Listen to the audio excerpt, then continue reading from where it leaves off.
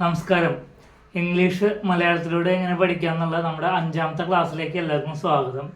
ഞാൻ നിങ്ങൾക്ക് ഹോംവർക്ക് തരുമ്പോൾ അതാത് ദിവസങ്ങളിൽ രാത്രി 8 മണിക്ക് മുന്നേ ആയിട്ട് ഹോംവർക്ക് എനിക്ക് തിരിച്ചയച്ച് തരണം. അതൊരു ശീലമാക്കി കഴിഞ്ഞാൽ നന്നായിരിക്കും. ഓക്കെ, ഇന്ന് നമ്മൾ പറയാൻ പോകുന്നത് റിലേഷനുകളാണ്. നമ്മുടെ ഓരോ ബന്ധങ്ങളെ കുറിച്ചുള്ള ക്ലാസ്സാണ് ഇന്ന് എടുക്കാൻ പോകുന്നത്. അപ്പോൾ ആദ്യം പറയാൻ പോകുന്നത് ഫാദർ,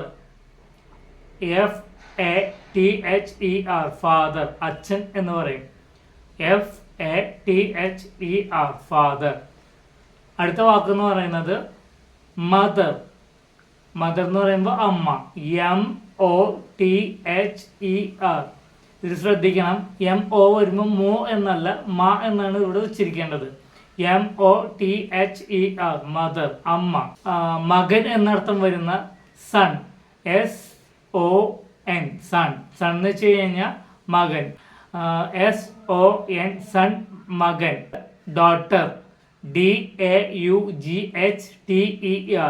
ഡോട്ടർ എന്ന് വെച്ച് കഴിഞ്ഞാൽ മകൾ എന്നാണ് അർത്ഥം. DAUGHTER,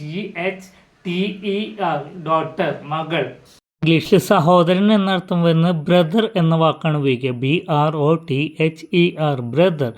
BROTHER, brother. ഇത് അനിയനാവാം, ചേട്ടനാവാം. അതിൻ്റെ ഒറ്റ വാക്കേ ഉള്ളൂ സഹോദരൻ. ബ്രദർ എന്ന് ഉപയോഗിക്കുന്നു. അതുപോലെ തന്നെ സഹോദരി എന്ന അർത്ഥം ഇംഗ്ലീഷിൽ വരുന്നത് സിസ്റ്റർ എന്ന വാക്കാണ്.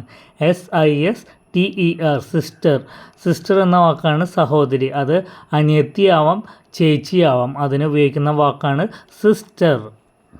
ഇനി നമ്മൾ മലയാളികൾക്ക് അല്ലെങ്കിൽ ഇന്ത്യക്കാർക്ക് മാത്രമാണ് സ്ഥാനമാനങ്ങളുള്ളത്. അതായത് അമ്മാവൻ, അമ്മായി, അതുപോലെ വല്യച്ഛൻ, ചെറിയച്ഛൻ എന്നൊക്കെയുള്ള വാക്കുകൾ നമ്മൾ ഇന്ത്യക്കാർക്കാണ് കൂടുതലും യൂസ് ചെയ്യുന്നത്.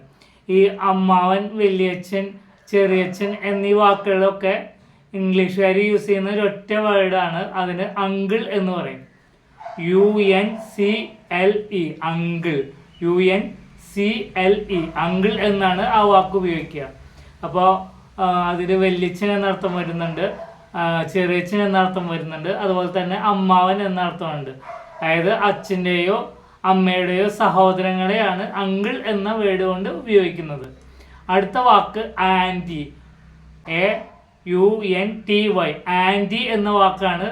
അതിന് നമ്മൾ ഉപയോഗിക്കുക അമ്മായി, അതുപോലെ തന്നെ ചെറിയമ്മ, വലിയമ്മ എന്ന വാക്കുകൾ ഉപയോഗിക്കുന്നു. AUNTY, anti. ആൻഡ് എന്ന് ഉപയോഗിക്കും, ആൻറ്റി എന്ന് ഉപയോഗിക്കും. ഓക്കെ, അപ്പോൾ അത് അമ്മായി, ചെറിയമ്മ, വലിയമ്മ എന്ന പദങ്ങളാണ് അതിൽ ഉപയോഗിക്കുന്നത്.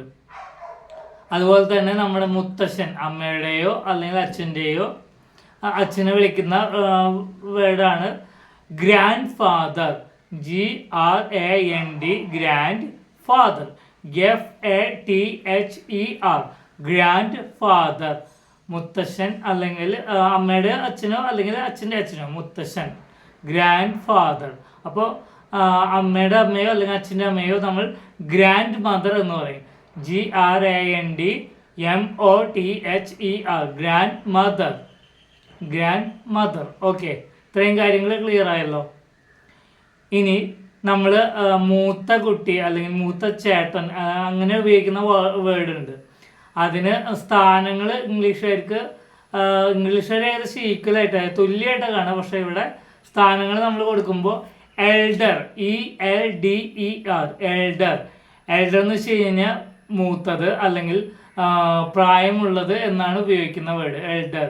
ഇപ്പോൾ നമ്മൾ വലിയച്ഛനെ നമ്മൾ ശരിക്കും പറഞ്ഞാൽ എൽഡർ അങ്കിൾ എന്ന് പറയും. ചെറിയച്ഛനാണെങ്കിൽ യങ്ങർ അങ്കിൾ എന്ന് ഉപയോഗിക്കും. ഓക്കെ, അപ്പോൾ ഇളയത് അല്ലെങ്കിൽ പ്രായം കുറവുള്ളതിന് യങ്ങർ എന്ന്, YOUNGER, യങ്ങർ. യങ്ങർ എന്ന് വെച്ച് കഴിഞ്ഞാൽ താഴെയുള്ളത് അല്ലെങ്കിൽ ഇളയത്. അപ്പോൾ വീട്ടിലുള്ള ഏത് സ്ഥാനമാണെങ്കിൽ യങ്ങർ സൺ എന്ന് പറഞ്ഞു കഴിഞ്ഞാൽ താഴെയുള്ള മകൻ, എൽഡർ സൺ എന്ന് പറഞ്ഞു കഴിഞ്ഞാൽ മൂത്ത മകൻ. അതുപോലെ തന്നെ എൽഡർ ബ്രദർ എന്ന് പറഞ്ഞു കഴിഞ്ഞാൽ മൂത്ത സഹോദരൻ. മൂത്ത സഹോദരൻ എന്ന വാക്കാണ് കറക്റ്റ് ആവുക. എൽഡർ സിസ്റ്റർ എന്ന് പറഞ്ഞു കഴിഞ്ഞാൽ മൂത്ത സഹോദരി. അതുപോലെ തന്നെ യങ്ങർ ഉണ്ട്. യങ്ങർ അങ്കിൾ എന്ന് പറഞ്ഞു കഴിഞ്ഞാൽ താഴെയുള്ള അമ്മാവൻ അല്ലെങ്കിൽ ചെറിയച്ഛൻ എന്ന വാക്കും യങ്ങർ ആൻറ്റി. ആൻറ്റി എന്ന് പറഞ്ഞാൽ അതുപോലെ തന്നെ താഴെയുള്ള അമ്മായി അല്ലെങ്കിൽ ചെറിയമ്മ എന്ന അർത്ഥമാണ് വരുന്നത്. എൽഡർ യങ്ങർ എന്ന സ്ഥാനം കൊടുത്തിട്ട് വേണം ബന്ധങ്ങളെ മനസ്സിലാക്കാൻ. ഇനി സംശയം ഉണ്ടെങ്കിൽ അത് നിങ്ങൾക്ക് ഓരോരുത്തർക്ക് എന്നോട് വാട്സാപ്പിൽ ചോദിച്ചു കഴിഞ്ഞാൽ കൃത്യമായിട്ട് ഓരോരുത്തരെയും ഇതായിട്ട് നമുക്ക് എഴുതി അയച്ചു തരുന്നതാണ്. അപ്പോൾ എൽഡർ എന്ന് പറയുമ്പോൾ മൂത്തത് അല്ലെങ്കിൽ പ്രായമുള്ളത് എന്ന് പറയും. യങ്ങർ എന്ന് പറയുമ്പോൾ പ്രായം കുറവുള്ളത് അല്ലെങ്കിൽ ഇളയത് എന്ന അർത്ഥമാണ് വരുന്നത്. ഇത്രയും കാര്യങ്ങൾ മനസ്സിലായെന്ന് വിചാരിക്കുന്നു. നമ്മൾ 2 ക്ലാസ്സും കൂടി കഴിഞ്ഞു കഴിഞ്ഞാൽ വാചകങ്ങളിലേക്ക് കടക്കും. അപ്പോൾ അതെല്ലാവർക്കും നന്നായി പഠിച്ചുകൊണ്ടിരിക്കുക. ഇനി നമ്മൾ വാചകത്തിലേക്കാണ്. ഇപ്പോൾ പലരും ആദ്യം കണ്ട അത്ര ആൾക്കാർ അത് കാണുന്നില്ല. അപ്പോൾ ഇത് ഇത്രയേ ഉള്ളൂ എന്ന് തോന്നിയതുകൊണ്ടായിരിക്കാം. അപ്പോൾ നമ്മൾ ഇനി വാചകത്തിലേക്ക് കിടക്കും. എല്ലാവർക്കും നല്ലൊരു ദിവസം നേരുന്നു. നന്ദി, നമസ്കാരം.